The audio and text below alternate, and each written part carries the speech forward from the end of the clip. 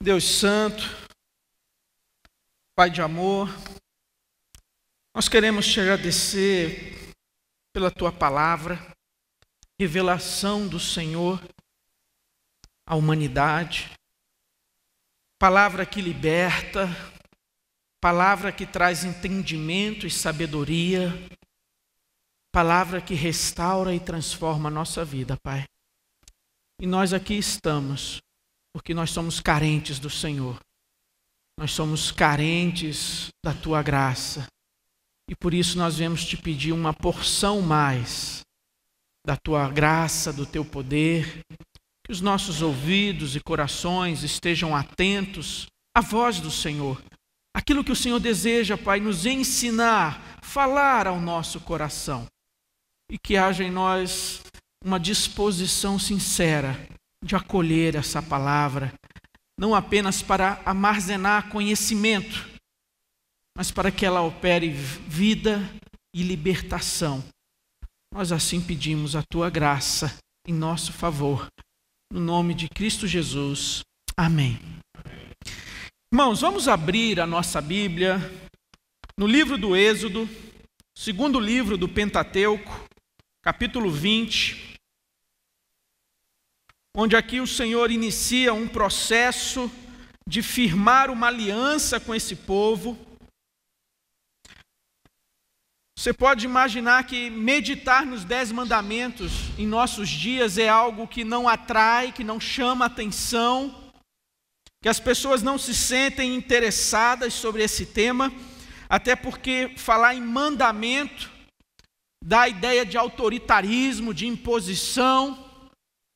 E nós vivemos numa época onde as pessoas querem se libertar de tudo e de todos, de qualquer forma de autoridade possível. Mas você sabia que no texto bíblico em hebraico nem aparece a palavra mandamento? Em nenhum lugar. Moisés nem Deus registrou isso aqui como mandamento. Realmente é como foi introduzido aqui. Então falou Deus todas estas palavras. Por isso, decálogo, as 10 palavras.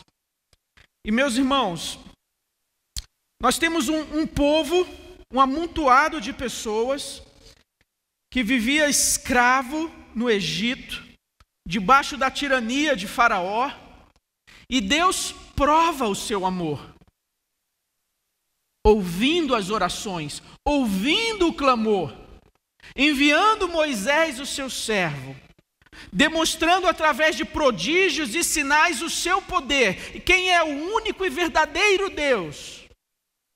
E assim Deus liberta o seu povo com mão forte. O povo agora está a caminho da terra da promessa, no deserto. E Deus não precisa provar mais nada. Ele já provou o seu amor. Ele já provou o seu poder. E essas palavras aqui são dadas não como uma forma de aprisionar, limitar, restringir o prazer e a felicidade humana. Muito pelo contrário. São palavras de libertação. Libertar o homem do paganismo, da idolatria, da religião falsa. Libertar o homem de si mesmo, das suas paixões, das suas compulsões. Por isso ele fala, não cobice. Se contente com aquilo que eu lhe dei, com a esposa que você tem. Não cobice aquilo que é do próximo. Isso é libertador. Então falou Deus todas estas palavras. Eu sou o Senhor teu Deus, que te tirei da terra do Egito, da casa da servidão. Não terás outros deuses diante de mim. E não farás para ti imagem de escultura, nem semelhança alguma do que há em cima nos céus, nem embaixo na terra, nem nas águas debaixo da terra. Não as adorarás, nem lhes darás culto, porque eu sou o Senhor teu Deus, Deus zeloso, que visito a iniquidade dos pais nos filhos, até a 3ª e 4ª geração daqueles que me aborrecem. E faço misericórdia até 1000 gerações daqueles que me amam e guardam os meus mandamentos. não tomarás o nome do Senhor teu Deus em vão, porque o Senhor não terá por inocente o que tomar o seu nome em vão. E nós vamos meditar nessa noite no verso 7. Não tomarás o nome do Senhor teu Deus em vão, porque o Senhor não terá por inocente o que tomar o seu nome em vão. Muito bem, então esse é o contexto. Deus aqui já provou o seu amor, o seu poder. Deus dá esse mandamento, essa orientação como manifestação de graça. Não há nenhum contrassenso, nenhum antinômio em falar em lei e graça. São conceitos que não se excluem. O que a graça de Jesus no Novo Testamento derribou por terra foi toda a lei cerimonial, os rituais, os sacrifícios, porque Jesus é o sacrifício perfeito e completo. Nós não estamos mais debaixo de rituais, sacrifícios e de uma lei cerimonial. Mas a lei moral e ética de Deus, ela é atemporal, supracultural. Ela é a expressão da vontade de Deus para o homem. Seja no Oriente Médio antigo, seja hoje, aqui. Então não há nenhuma incompatibilidade na lei moral e ética de Deus e a graça. Isso aqui é graça. Porque essa nação que iria possuir uma nova terra, a terra da promessa, precisava de um código ético, como viver, como se relacionar, para não viver como as nações que estavam à sua volta. As 10 palavras é manifestação de graça, do cuidado de Deus, como dissemos, para manter esse povo livre da idolatria, livre de religiões falsas, livre de sociedades opressoras. Nós temos aqui também, meus irmãos, um outro propósito de Deus. O povo de Israel, ao viver em obediência a estas palavras, eles seriam como que uma maquete, um exemplo, uma demonstração do reino de Deus. Israel estava como que na esquina do mundo. Todos os grandes impérios que sucederam na história passaram pelo Oriente Médio antigo. E ali estava plantado Israel como um testemunho da graça e da misericórdia de Deus. Aquele povo, ao viver essas palavras, seria um testemunho da graça e do poder de Deus. Valores e princípios, a sabedoria divina expressa na vida daquele povo. Um testemunho. Mas nós temos então o texto: não tomarás o nome do Senhor teu Deus em vão. E quantas vezes na nossa infância, no contexto da nossa casa, ali a criança como que querendo prometer que não fez nenhum mal feito. Eu juro por Deus que não fui eu que quebrou aquele vaso. E aí vinha a avó e falava: menino, pede perdão, não se jura por Deus, isso é pecado, está errado. Quantas vezes na infância a gente ouviu esse conceito? De fato, esse verso 7, há uma parte dele que está associada ao falar. Mas não se concentra apenas nisso. A essência não está apenas nesse aspecto. E mais, não é pecado, segundo essa palavra e o Antigo Testamento, jurar em nome de Deus. O que é pecado é o jurar falsamente. É a pessoa vivendo uma mentira, dando um testemunho falso acerca de outra pessoa. E invocar o nome de Deus sobre aquela situação, para querer assim conferir mais credibilidade. Mas o jurar em nome de Deus, no Antigo Testamento, não era uma situação de pecado. Então esse texto vai falar acerca daquilo que falamos sobre Deus. Não tomar o nome de Deus em vão diz respeito aquilo que falamos sobre Deus. E a primeira aspecto que eu estou chamando a sua atenção é essa. Aqui não diz, e nem no Antigo Testamento, que jurar em nome de Deus é pecado, né? Isso foi até regulamentado em outras partes.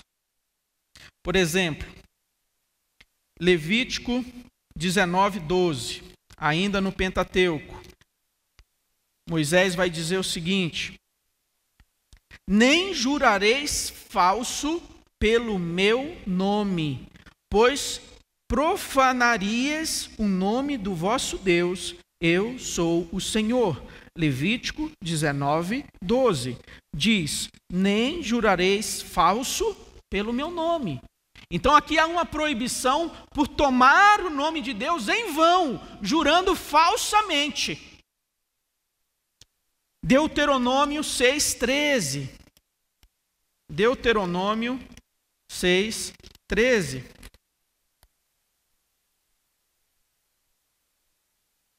Vai dizer: o Senhor teu Deus temerás, a Ele servirás, e pelo seu nome jurarás. Deuteronômio 6:13 diz: o Senhor teu Deus temerás, a Ele servirás, e pelo seu nome jurarás. Então, jurar em nome de Deus, por si só, não era um pecado. Então aqui proíbe o quê? Tomar o nome de Deus em vão. Usar o nome de Deus junto com paganismo, com idolatria, com invocações ali a deuses falsos e colocar o nome de Deus tudo junto. Mas quando chega no Novo Testamento, o que o Senhor Jesus nos diz? Como deve ser a palavra do crente? Você entende? Há um desenvolvimento. Há uma expansão desse tema aqui. Como crente em Jesus, a minha palavra não deve ser dúbia, dobrada, duas palavras. Aqui eu falo uma coisa, viro as costas. Não foi bem assim. A minha palavra tem que ser uma.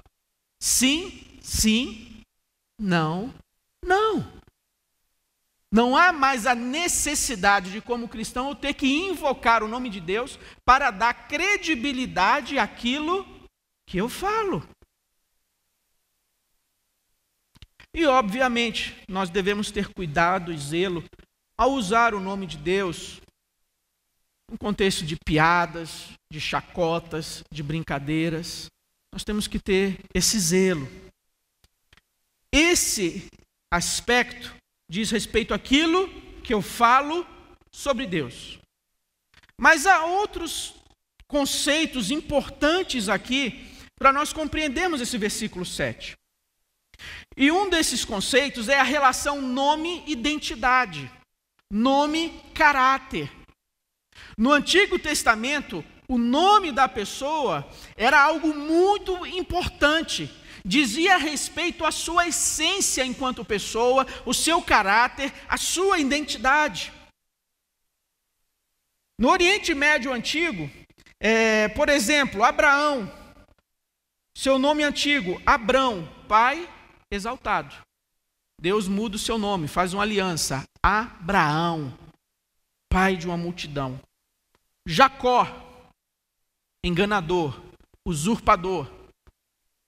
E olha só como foi a vida de Jacó, né? Dando nó no irmão, roubando a bênção do irmão. Lá na minha adolescência, né? O pessoal tinha um apelido para aqueles traidores, né? Estava lá o rapaz orando, conhecendo uma menina, se aproximando e tal. E aí chegava outro e puxava o tapete dele.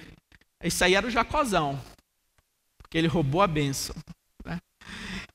Roubou a bênção, né? Passou a perna. Fui confiar nele, falei para ele: rapaz, tô conhecendo ali, tô investindo, tô orando. Jacó, Jacózão, roubou minha bênção, né?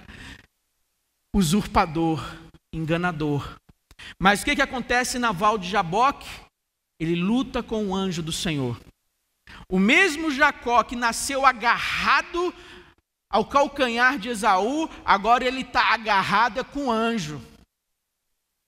querendo dar um single leg ali no anjo do Senhor. E o que o anjo do Senhor fala para ele? Qual é o teu nome? Ele fala, Jacó. Não se chamarás mais Jacó, se chamarás Israel, porque lutaste com Deus e prevaleceste. E aí Israel, Jacó responde, qual o teu nome? Ele queria saber o nome do anjo. Olha só, essa questão do nome, da importância. E o anjo responde, por que tu queres saber o meu nome? E ele não fala. O anjo não fala qual é o seu nome. Nós temos o caso de Josué, cujo nome é aquele que salva. A forma hebraica. E quando chega no Novo Testamento, Jesus, aquele que salva. O nome, a identidade, a missão, o caráter. O Senhor Jesus, quando se aproximou de um homem possesso, perguntou a ele, qual o seu nome? E ele falou, Legião. E aí Jesus falou, Legião, então, sai fora, está expulso, está repreendido. Mas Jesus perguntou o nome. Para você abençoar ou amaldiçoar uma pessoa, você precisava saber o nome. E o nome carregava esse aspecto da identidade, do caráter. Hoje isso se perdeu um pouco no nosso contexto. Isso sobrevive apenas com os apelidos. O mineiro. Então, não chama ele pelo nome, mas aquele apelido identifica uma peculiaridade, uma singularidade, algo que o diferencia. No meio de tantos Paulos e Ricardos, não, aquele é o... Então, o apelido hoje em dia ainda conserva um pouquinho desse nuance, da identidade, da distinção. E quando chega em Êxodo 13, capítulo 3, verso 13, no episódio da sarça ardente, Moisés, conversando com o Senhor, fala, quando eu chegar diante dos israelitas e lhes disser, o Deus dos seus antepassados me enviou a vocês, e eles me perguntarem, qual o nome dele? Qual o nome desse Deus? O que eu lhes direi? E naquele contexto de Êxodo 3, Deus se revela. Deus dá a conhecer ainda mais do seu caráter. E Deus usa ali uma forma verbal. Deus diz, eu sou o que sou. Uma forma verbal. Ele usa esse verbo, que dá origem ao tetagrama, aquelas 4 letrinhas do alfabeto hebraico, que lido sem as vogais seria Yahweh. E aí as pessoas vão falar Javé, Iavé ou Jeová, colocando já os acentos vocálicos dos maçoretas. Mas o tetagrama seria Yahweh. E o que Deus está querendo dizer quando ele se identifica, eu sou o que sou? Ele chama a atenção para a sua identidade e para o seu caráter. Um povo que estava no meio de uma nação, os egípcios, onde ali havia vários deuses, Faraó era um deus, o sol era um deus, o Nilo era um deus, e assim tantos outros deuses. E Deus está dizendo o seguinte, eu sou único, eu não estou na prateleira, eu não sou mais uma opção, a quem você pode orar, invocar e recorrer, eu sou o único.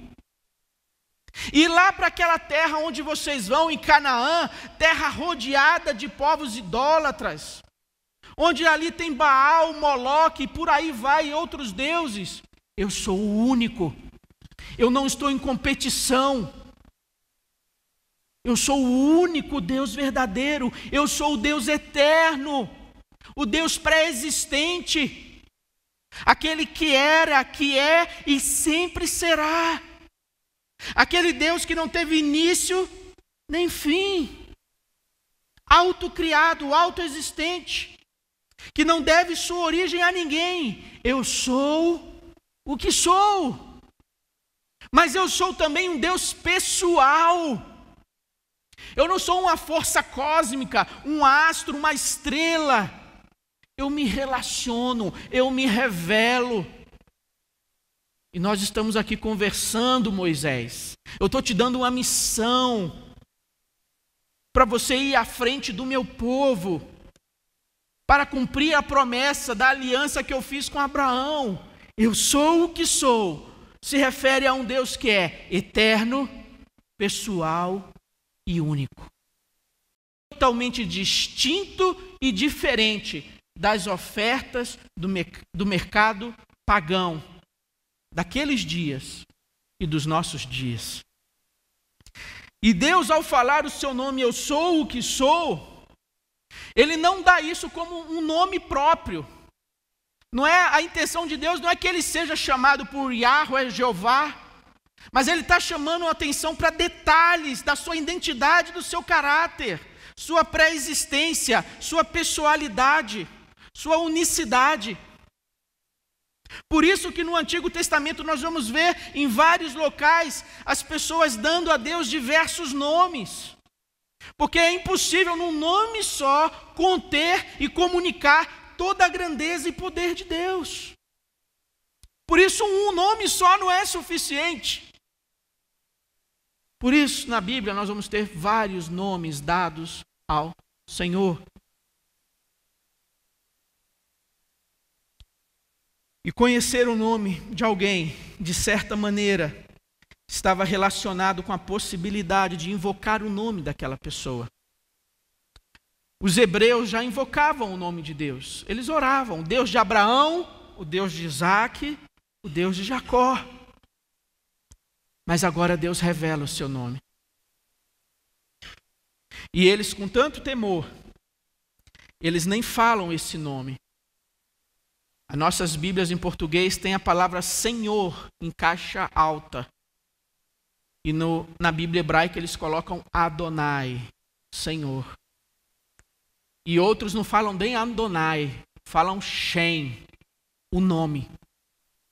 De tanto temor de falar do nome de Deus. Mas no Antigo Testamento, o nome dos deuses eram usados para manipular os deuses. Ao invocar o nome de Deus, ao usar o nome de Deus, ele era ali manipulado. E Deus diz, olha, eu não estou nessa. Eu não sou manipulado. Você não pode me dominar, você não pode me controlar. Não é porque eu revelei o meu nome a vocês que eu estou nas mãos de vocês. Deus deu-se a conhecer através dos seus atos e caráter e leis. Deus se deixou invocar, mas Ele diz, vocês não podem me manipular. E a revelação plena do Senhor Deus se deu em Jesus, no Novo Testamento. Quando Jesus responde a Filipe, Filipe, quem vê a mim, vê ao Pai. Eu sou a manifestação exata e plena do poder e da presença de Deus. Irmãos, dentro desse aspecto do conceito de nome, a maneira como os outros povos lidavam com os nomes dos deuses, o que Deus está dizendo aqui, vocês não podem se relacionar comigo como os pagãos se relacionam com os seus deuses. Vocês não podem me invocar como os pagãos invocam os seus deuses. Vocês têm que ter temor, reverência, respeito. Tomar o nome de Deus em vão é relacionar-se com Ele, com categorias da religiosidade pagã.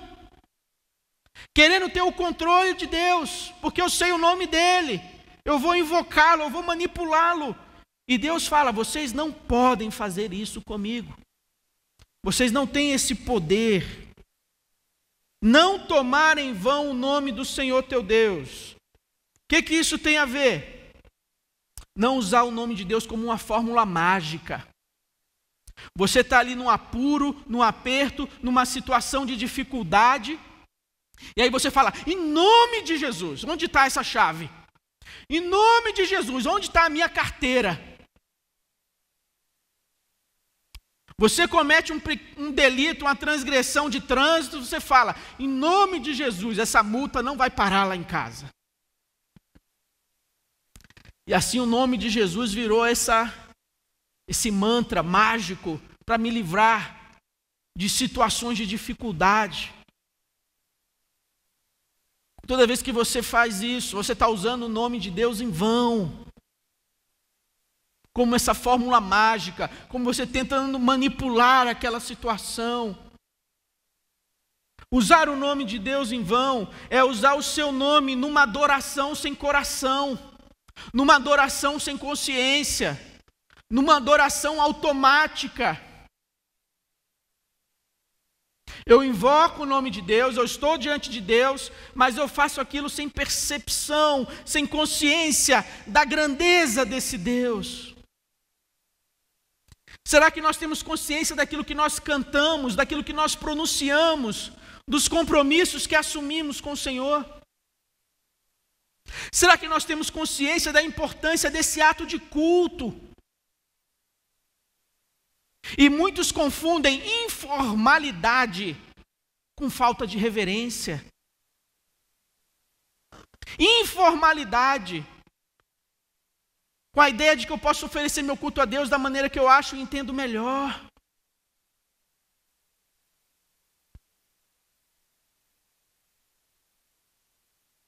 Nós estamos diante de Deus, cultuando ao Senhor, e fazemos isso por gratidão, por tudo que Ele fez por nós. E assim cada ato, cada momento do culto é importante, não dá para descartar. Não, eu vou pegar metade do culto, a outra metade não tem tanta importância, não vai fazer tanta falta. Irreverência, não é informalidade, é irreverência. Tempos atrás, antigamente, os pastores tinham um hábito. Ele estava pregando, e quando alguém se levantava, simplesmente ele parava a pregação, esperava o irmão, a irmã, terminar seu trajeto, e uma vez que terminava, ele dava prosseguimento. Hoje em dia, essa ideia de informalidade tem se confundido com irreverência. E essa reverência que eu devo ter ao Senhor não é por medo, não é por imaginar que Deus vai lançar um raio na minha cabeça, que o devorador vai vir sobre mim. Isso é prisão, isso é ignorância, e nós já fomos libertos disso. Mas esse conhecimento, às vezes, dá ideia e prática e lugar, meus irmãos, a falta de reverência na nossa vida. Eu tenho conhecimento da palavra, eu estudei a Bíblia, e dízimo não está na Bíblia. Eu leio muito. E assim essa pretensa sofisticação, essa pretensa erudição vai distorcendo a vida cristã. Não, se eu chegar no meio do culto não tem problema nenhum não. Deus não vai me amaldiçoar por causa disso não. É? Então, porque Deus não vai te amaldiçoar, você vai assumir para si a prática de participar apenas de meio culto, domingo após domingo? Irreverência. Falta de consciência de quem Deus é e de quem nós somos. De como Deus merece ser adorado. Ele não precisa, mas Ele merece. É assim que Ele merece ser adorado. Com todo o nosso amor, com toda a nossa dedicação, com toda a nossa entrega. Tomar o nome de Deus em vão é usar o nome dele como uma fórmula mágica. Tomar o nome de Deus em vão é oferecer uma adoração sem consciência, sem coração. Tomar o nome de Deus em vão é usar o nome dele para manipulação. E hoje em dia o que nós mais temos são profetas que ensinam como manipular a Deus. Se você fizer a campanha, se você fizer o jejum, se você comprar o óleo disso ou daquilo, se você fizer a viagem para aqui e para acolá, Deus está obrigado, Deus vai ter que abençoar, Deus vai ter que abrir as portas. E assim eu uso de artifícios para manipular a Deus e para ser abençoado. Eu quero barganhar com Deus, eu quero fazer uma negociata, uma troca com Deus. E assim as pessoas são ensinadas, encorajadas a tomar o nome de Deus em vão, por meio da manipulação. Meus irmãos, esses aspectos que nós estamos trabalhando aqui, usar o nome de Deus como uma fórmula mágica, usar o nome de Deus numa adoração sem coração, e usar o nome de Deus como manipulação, tudo isso diz respeito a como eu e você, como nós nos relacionamos com Deus. Tomar o nome de Deus em vão não é só o que você diz, mas é como você se relaciona com Ele. Eu sou o que sou. O Deus eterno, pessoal e único. Tomar o nome de Deus em vão é se relacionar com Ele de uma forma pagã. Era assim que os pagãos se relacionavam com seus deuses. Sem consciência, sem coração, com manipulação, como fórmula mágica. E esse mandamento nos liberta desse paganismo, nos liberta dessa idolatria e nos ensina como nos relacionarmos com Deus. Reconhecendo o nosso lugar, reconhecendo a grandeza de Deus, adorando a Ele em espírito, em verdade, de todo o coração, de todo o ser, com toda a consciência. É assim que Deus deseja ser adorado. Então nós vimos que tomar o nome de Deus diz respeito àquilo que a gente fala, diz respeito a como nós nos relacionamos com Ele, mas por último diz respeito também a como nós vivemos a nossa vida. E um outro conceito do Oriente Médio Antigo, que vem aqui jogar luz sobre esse mandamento, é o conceito de aliança. A aliança que era firmada entre o rei e o seu servo. Êxodo 20 faz parte dessa aliança. Deuteronômio 28 faz parte dessa aliança. Bênçãos e maldições. Coloco diante de vocês a vida e a morte. Escolham. Se vocês me ouvirem e me obedecerem, tais e tais bênçãos os acompanharão. Mas se vocês forem rebeldes, de dura cerviz, tais e tais disciplinas sobrevirão. No momento da contrição, que nós lemos Isaías, capítulo 1, 18 a 20. O que diz aquela passagem? Eis que eu coloco diante de vocês. Se me ouvirdes, se eu me obedecerdes, comereis o melhor dessa terra. E nessa aliança, rei e servo, o rei oferecia duas coisas: a terra e a proteção. A terra, o seu poder, o seu exército. Porque quem não tem terra vai ser escravo, trabalhando na terra do outro. E quem não tem proteção, perde a terra, porque outro povo vem e toma. E o que Deus deu a Israel? A terra. E falou: enquanto vocês estiverem obedecendo a aliança, vocês desfrutarão do melhor dessa terra. Vocês não vão precisar se preocupar com nações estrangeiras. Vocês não vão precisar se preocupar com a seca, com pragas, com pestilência. Porque eu vou abençoar vocês. Essa terra vai manar leite e mel. E é o que Deus diz lá em Isaías 1. Se vocês me obedecerem, comerão o melhor dessa terra. Mas o que ele continua a dizer? Mas se vocês rejeitarem e desobedecerem, vocês serão devorados à espada, porque Deus iria tirar a sua proteção. Viria uma nação estrangeira e tiraria a terra. Conceito de aliança. E o que o servo estava obrigado aqui diante do rei? O servo devia lealdade e obediência à aliança. Ser um servo leal e obediente.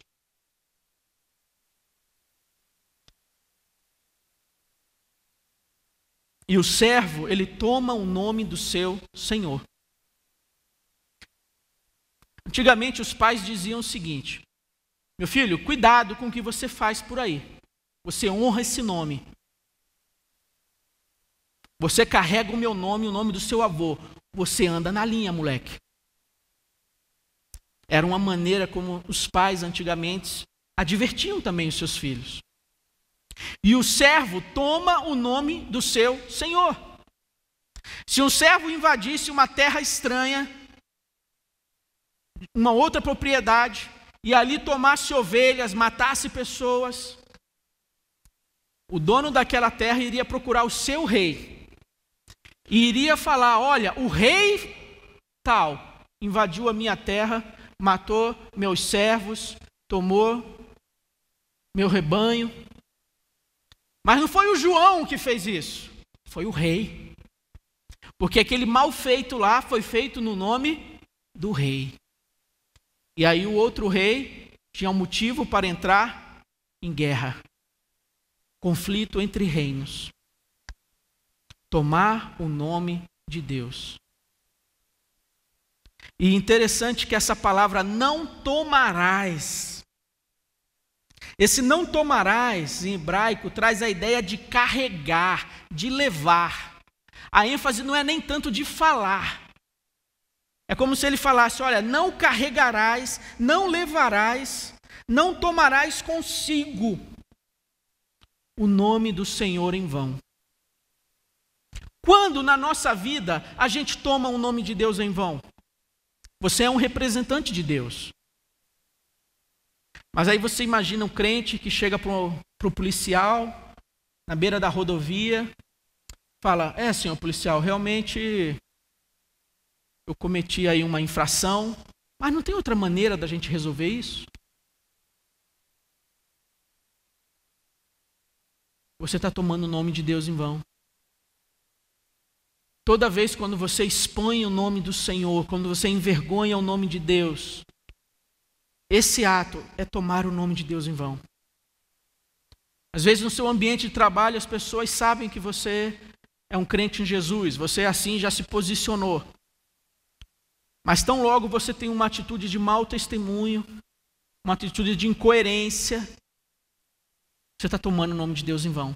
Você está levando o nome de Deus em vão naquele ambiente, naquele lugar. Então tomar o nome de Deus em vão não é só: eu juro por Deus, Deus me livre. É como a gente vive. Como a gente vive. Porque domingo eu estou na igreja, domingo eu estou participando do culto. Mas e a segunda? E a terça? E a quarta? Na sua faculdade? Na sua repartição? Será que eu tenho tomado o nome de Deus em vão? Será que eu tenho negado esse nome? Será que eu tenho envergonhado o nome desse rei? Assim, esse mandamento se torna muito mais abrangente do que apenas não citar o nome de Deus. Não tomar o nome de Deus em vão tem a ver com aquilo que eu digo, tem a ver como eu me relaciono, sem aqueles padrões do paganismo, de querer manipular a Deus, controlar a Deus, de querer ter uma adoração sem coração. Mas tomar o nome de Deus em vão também diz respeito a como eu vivo, como você vive. Porque todas as vezes que nós damos lugar ao diabo e cedemos às paixões da nossa carne, o nome de Deus está sendo tomado em vão. O nome de Deus está sendo exposto. O nome de Deus está sendo negado. O nome de Deus está sendo envergonhado. E nós temos que ter esse zelo, esse cuidado. Às vezes você coloca no seu carro lá algum adesivo, bem, né? Deus que me deu, né? Seja lá qual for o adesivo. E às vezes você está lá com o carro fazendo barbaridade. Jesus salva, ainda bem que ele salva, né? Porque do jeito que o camarada dirige, Jesus tem que salvar mesmo. Sim, meus irmãos. Tomar o nome de Deus em vão é declarar-se seu povo, mas viver um estilo de vida em desacordo com o seu reino. Com a boca eu me declaro, eu sou povo de Deus, eu sou filho de Deus. Mas com a vida eu nego o estilo de vida do reino. A minha boca, os meus lábios dizem uma coisa, mas as minhas atitudes, a minha postura, o meu testemunho vai na contramão. E aí estamos tomando o nome de Deus em vão. Em Ezequiel 36, Deus fala ao seu profeta do pecado da sua nação, do seu povo. Ezequiel 36, verso 20 e 21. Em chegando as nações, para onde foram, profanaram o meu santo nome, pois deles se dizia, são estes o povo do Senhor? Esse aí é o povo de Deus? Porém, tiveram de sair da terra dele. Mas tive compaixão do meu santo nome, que a casa de Israel profanou entre as nações para onde foi. Mas isso aí não é o povo de Deus? O povo que saiu do Egito com sinais e prodígios, está como escravo agora? Por que não estão na terra dele? E assim o nome de Deus foi profanado. Sabe por que não estão na terra dele? Sabe por que estão como escravos? Porque foram rebeldes e desobedientes. Se entregaram ao paganismo, à idolatria, à imoralidade. E o nome de Deus foi profanado. Com a boca diziam, somos o povo de Deus, mas com a sua vida negavam a aliança.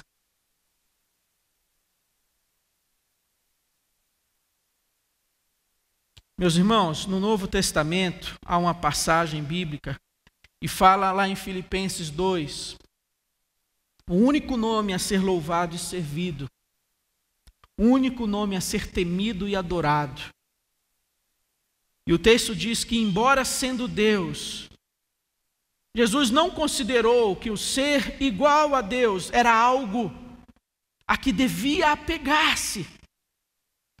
Mas ele esvaziou-se a si mesmo, vindo a ser servo e tomando a semelhança de homens.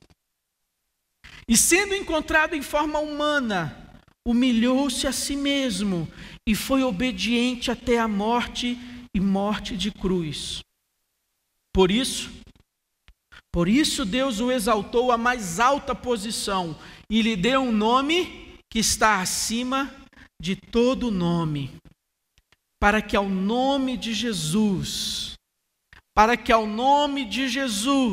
se dobre todo o joelho no céu, na terra e debaixo da terra, e toda língua confesse que Jesus Cristo é o Senhor, para a glória de Deus Pai. Esse é o nome que nós devemos adorar, temer e reverenciar, não apenas com os nossos lábios, mas com a nossa vida, na forma como nos relacionamos, como cultuamos, como adoramos, na forma como vivemos nesse mundo. Que o nome de Deus, que o nome de Cristo não seja tomado em vão na minha vida, nem na sua vida. Que o nome dele seja santificado, como diz a oração do Pai Nosso.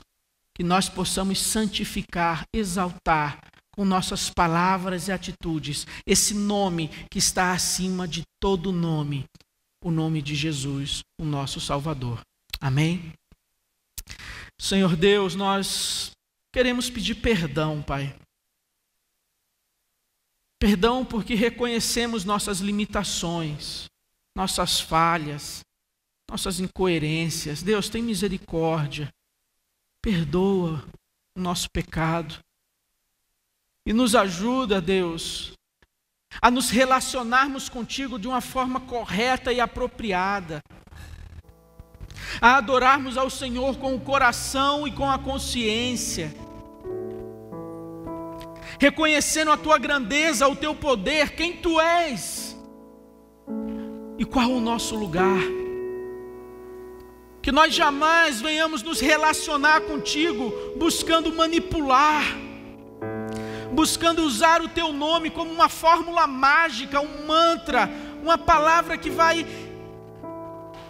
abrir caminhos e abrir portas. Que nós possamos nos relacionar, ó Pai, sem essa influência pagã e idólatra. Mas Deus, que a forma como nós vivemos possa santificar o teu nome, Pai. Nós não queremos apenas nos identificar como teu povo, mas queremos viver como teu povo. Não queremos apenas nos declarar filhos de Deus, mas queremos ter um testemunho, uma vida de filhos de Deus. Que o teu nome não seja profanado pela quarta igreja, mas que o teu nome seja aqui santificado, exaltado, bendito, louvado seja o teu nome, porque tu és o grande eu sou, o Deus eterno, o Deus pessoal, único e verdadeiro, Pai. Ó Senhor Jesus, nome belo, maravilhoso, nome diante do qual se dobrarão todos os joelhos, nome diante do qual todas as bocas confessarão que somente Cristo é o Senhor. Que o teu nome seja exaltado no meio do teu povo, que o teu nome seja santificado em nossas vidas, Pai. Que nós possamos compreender a seriedade desse compromisso, a seriedade dessa nova aliança, onde nós somos os teus servos e o Senhor é o nosso Rei, que nos prometeu uma nova terra, uma nova vida, um perdão e a segurança. Que nós possamos ser leais e obedientes ao Senhor, te servindo com alegria e gratidão, ó Pai. Por isso, Deus, santifica o teu nome, exalta o teu nome, ó Cristo, em nossas vidas. Exalta o teu nome no meio do teu povo. Nos ajuda, Pai, a nos relacionarmos corretamente e a vivermos adequadamente os valores do reino como filhos de Deus. Nós assim oramos e agradecemos no nome de Cristo Jesus. Amém.